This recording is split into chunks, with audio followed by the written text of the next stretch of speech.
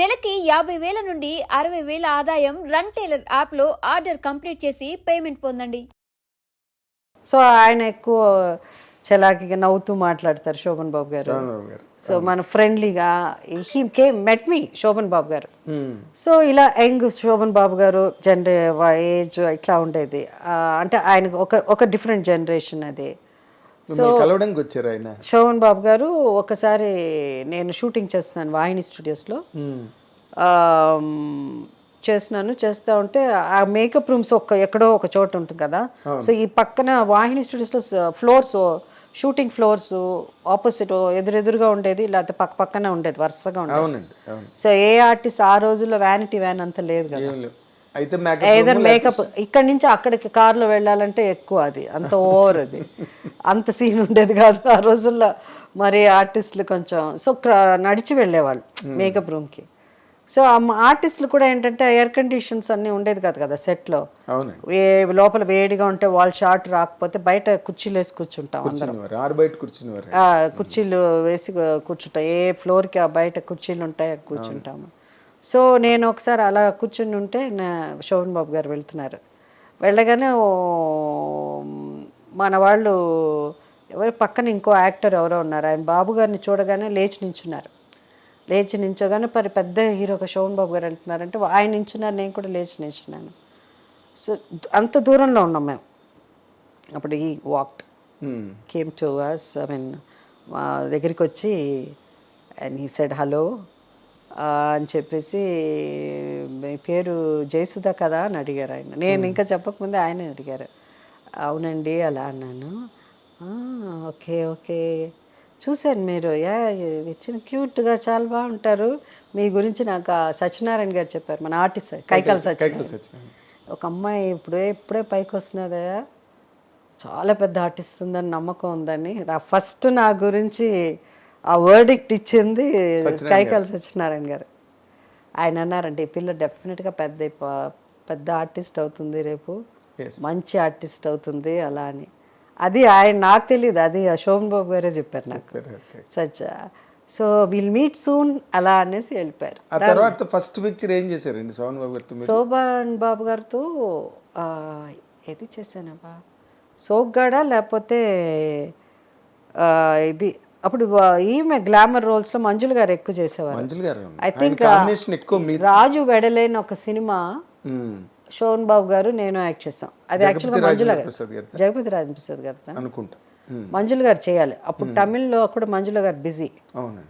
అప్పుడు ఆమె అన్నారంట జయసుధ బాగుంటుంది కదా అన్నారంట. నేను చేయలేను, లాస్ట్ మినిట్లో ఆమె చేయలేను అనేసి డేట్ ప్రాబ్లం వచ్చి. అప్పుడు ఈ అమ్మాయి బాగుంటుంది, ఆ ముద్దు వాళ్ళందరూ నాకెందుకో నన్ను చూస్తే క్యూట్గా ఉన్నానని. ఈవెన్ హీరోసే కాదు, ఈవెన్ హీరోయిన్స్ కూడా నేనంటే ఒక చిన్న సాఫ్ట్ కార్నర్ ఉంటుంది. ఈవెన్ వాణిశ్రీ గారు కూడా, ఆమె కూడా చెప్పారు. సో మంజుల గారు అలా అనగానే ఆ సినిమాలో నన్ను బుక్ చేశారు. But I think Soggade first అవుతుంది. అండ్ దెన్ శోభన్ బాబు గారి సినిమాలు ఆయన చెప్పేవారు అమ్మాయిని పెట్టండి అలా. ఇట్ వాస్ ఆ టైంలో ఆయనతో సినిమాలు బిగినింగ్లో, అంటే అప్పుడే, అంటే ఒక కొత్త అమ్మాయి కదా, ఎవరన్నా పెట్టాలంటే ఎట్లా రిస్క్ తీసుకునేవాళ్ళు కాదు కదా, ఒక హీరో పక్కన పెట్టాలి అంటే. మీ టైంలో ఇంకా ఫేడ్ అయిపోతున్న హీరోయిన్లే ఉన్నారు అంటే వాళ్ళు ఇంకా పెళ్ళిళ్ళు చేసుకుని ఇంకా అలా వెళ్ళిపోయేవాళ్ళు. వాణిశ్రీ గారు ఆల్మోస్ట్ ఆమె అప్పుడు మానేద్దాం అనుకున్నారు. So but who is Vanisri గారితో ఆమెతో కంపేర్ చేసి ఆమె స్థాయికి ఆర్టిస్ట్ కావాలి కదా. అప్పుడు సావిత్రి గారు తర్వాత జయసుధ అంటారు, ఓకే డిఫరెంట్ స్టైల్. ఎక్కువ మంది సావిత్రి గారికి, వాణిశ్రీ గారికి సావిత్రి గారు కూడా అంతే ఉన్నింది. బట్ మేబీ మోర్ ఐఎమ్ ఇంకా సింపుల్గా నేను, అంటే అప్పుడున్న నాకు వచ్చిన క్యారెక్టర్స్ వల్ల అలా కొంచెం కంపారిజన్ ఉండేది. బట్ వాణిశ్రీ గారు గ్రేట్, అమేజింగ్. కొన్ని సినిమాలు అసలు కృష్ణవేణి అయితే నాకు all time favourite. Jeevan Jyoti ఇవన్నీ ఉంది మంచి సినిమాలు అవన్నీ.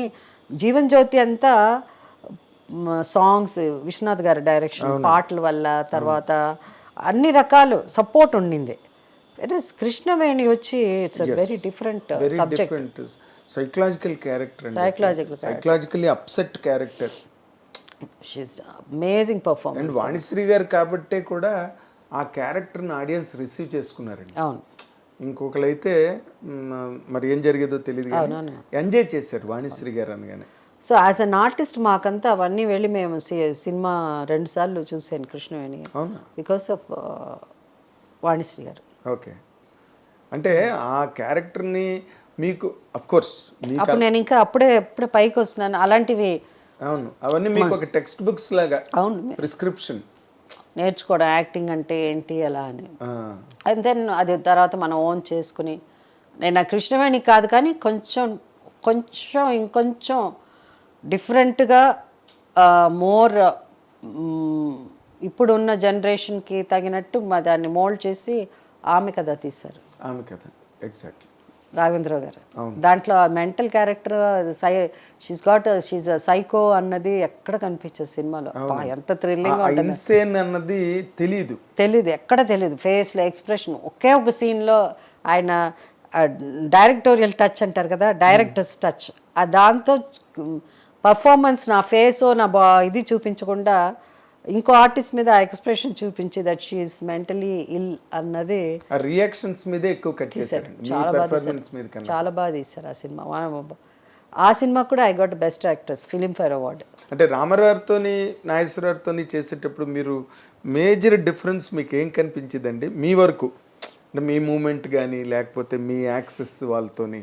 రామారావు గారు నాగేశ్వరరావుకు మధ్య ఉన్న డిఫరెన్స్, రామారావు గారు ఏంటంటే కొంచెం రిజర్వ్డ్గా, అంటే ఎక్కువ మాట్లాడతారు.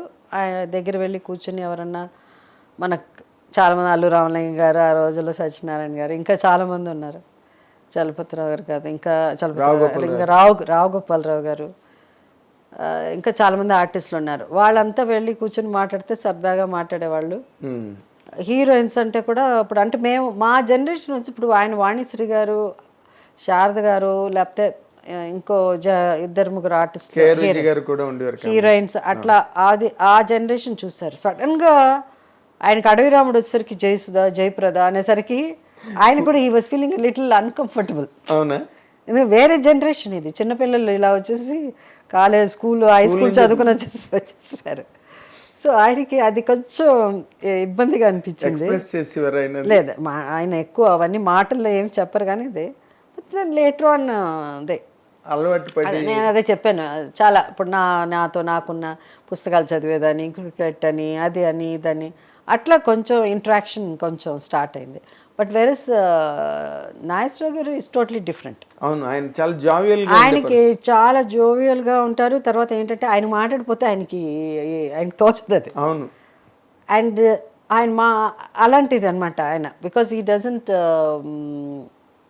ఇంకొకటి అంటే ఆయన వల్ల ఏంటంటే అందరు మిగతా ఆర్టిస్టులు చాలా కంఫర్టబుల్గా ఫీల్ అయ్యేవాళ్ళం యాక్ట్ చేసినప్పుడు కూడా. సో ఆయన మాతో మేము వచ్చి ఆయన పక్కన వెళ్ళి కూర్చోవాల్సిన అవసరం లేదు.